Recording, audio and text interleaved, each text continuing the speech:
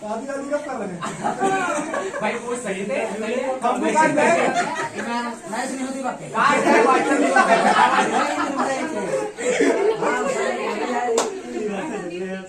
ये बताओ, ये हम जानना चाहते हैं, ये बताओ इनकी मतलब जैसे कामयाबी मिली कितने घंटे मतलब पढ़ाई का, सबसे पहली बात जो तुम्हारे लिए बहुत ज्यादा इम्पोर्टेंट है, कितने घंटे इन्होंने तुमको पढ़ाते थे तो वो चीज अलग है, लेकिन खुद के लिए कितनी तैयारी करते थे, क्योंकि इनके साथ सब कुछ पढ़ाना रहता था, है ना? तो खुद को तुमको पढ़ाने के लिए पढ़ते थे या उसके अलावा भी पढ़ते थे? क्या करते, कितना लगभग टाइम देते? पहले तो हमने लॉकडाउन लगा है, हाँ। इस बैच में हम ऑनलाइन बैच खरीदे थे एग्जाम। वीडियो उस समय हमारे गांव में इंटरनेट भी नहीं चलता था सही से, तो हम बाग में जाके बैठते थे, क्लास किए, सारी क्लास अटेंड किए, नोट्स बनाए, पढ़े, फिर इनको बार रिवाइज किए, फिर रीजनिंग जैसे जो टॉपिक कमजोर हुए उस टॉपिक को बुक से पढ़े, 4 बुक से पढ़े, एक बुक से नहीं बोला हो 4 बुक उठाए, वहां से भी नहीं बोला हो तो यूट्यूब पे सर्च किए, एक टीचर से यूट्यूब पे नहीं बोला हो तो दूसरे टीचर से नहीं तीसरे टीचर से, ऐसे धीरे धीरे करते जाओ, कोई दिक्कत नहीं।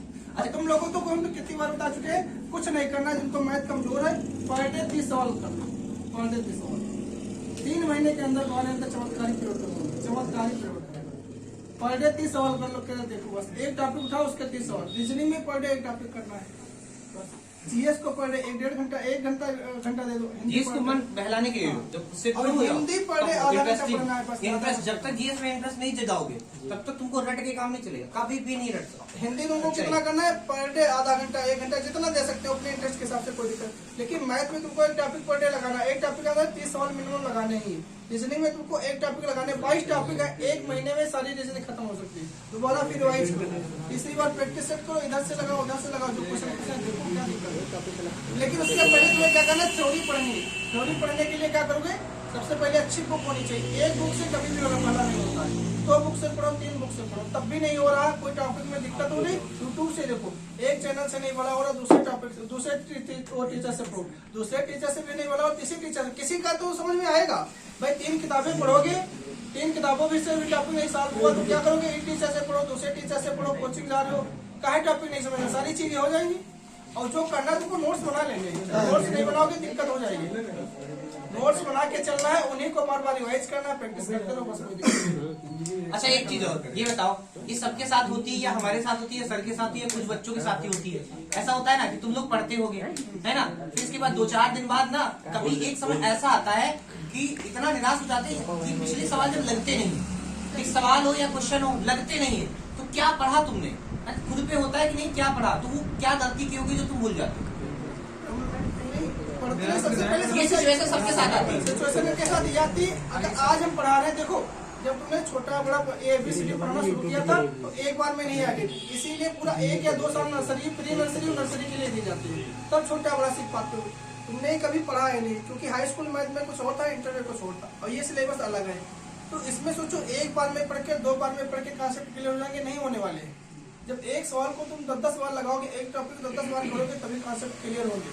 कॉन्सेप्ट क्लियर का होने का मतलब है जब उस लेवल पर तुम पहुंच जाओगे फिर कहीं भी फॉर्म डालोगे, चाहे यूपी पुलिस का डालो, चाहे GD का डालो, चाहे दिल्ली पुलिस का डालो, चाहे जहां फॉर्म डालो, चाहे रेलवे का डालो, फिर सभी जगह सिलेक्शन होगा। इसमें एक आधा जगह तो कैसे भी करके हो सकता है। जब उस लेवल पे पहुंच जाओगे, उस तरीके की तैयारी करोगे तो कोई दिक्कत नहीं आने वाली। जितने भी एग्जाम डालोगे सब में निकल जाएगा। सबसे अच्छी बात ये होती है कि सिलेबस तुम्हारा मैच कर जाता है। मैच कर जाता है। अब हमारा पहले 49,568 में हुआ था, उसमें हम 1 नंबर से बाहर हुए थे, उसमें हमारी रनिंग हो गई थी, 1 नंबर से बाहर हुए।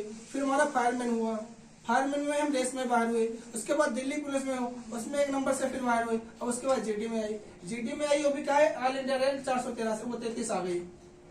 जब इतना ज्यादा पढ़ोगे, बार बार करते रहोगे तो चीजें काहे नहीं क्लियर होगी, फिर सारे एग्जाम निकलने तुम्हारा खुद कॉन्फिडेंस आ जाएगा कि हमारा जो स्तर है बहुत अच्छा, बहुत अच्छे लेवल पे है, फिर कोई दिक्कत ही नहीं। निराश नहीं होना, मतलब समझे, 5-6 रुकावट आई निरंतर, लेकिन निराश नहीं होना। कहीं पे कोई अड़चन आएगी, कहीं पे कोई अड़चन आएगी, अगर नहीं मिलने तो मतलब कुछ अच्छा मिलने वाला है। और अभी भी ये नहीं, इससे ऊपर भी जाएंगे, बिना सोचो इस पे रुकेंगे नहीं। अब अगर हम कोई फॉर्म डालते तो हमारे गाँव में पहले ही चर्चा कर जाती, उनका रिजल्ट आता है तो पहले ही चर्चा हो जाती कि उनका नाम आया होगा।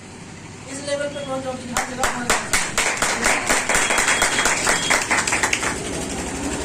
और क्या 38 या 40 या 42 आ रहे हैं अभी अटेंड कर रहे हैं, तो 1 महीने में अभी टाइम है, हो जाएगा? नहीं, हाँ हो जाएगा। क्या स्ट्रेटेजी देंगे? तुम्हें करना कुछ नहीं है, सबसे पहले तुम मॉक टेस्ट देखो, मॉक टेस्ट दो, उसमें जिस टॉपिक को क्वेश्चन गलत हो रहे हैं, जिस भी टॉपिक के क्वेश्चन गलत हो उस टॉपिक को पढ़ो, किताब से पढ़ो, बुक से पढ़ो, बुक से नहीं समझ में आ रहा फिर यूट्यूब पे पढ़ो, यूट्यूब से नहीं पढ़ने दूसरी जगह से पढ़ो, किसी से पूछो, उसी टॉपिक को बार बार करो। इसी तरह से एक टॉपिक हमारे जितने भी कॉन्सेप्ट है सारे क्लियर हो जाए, इसको पढ़ जाए।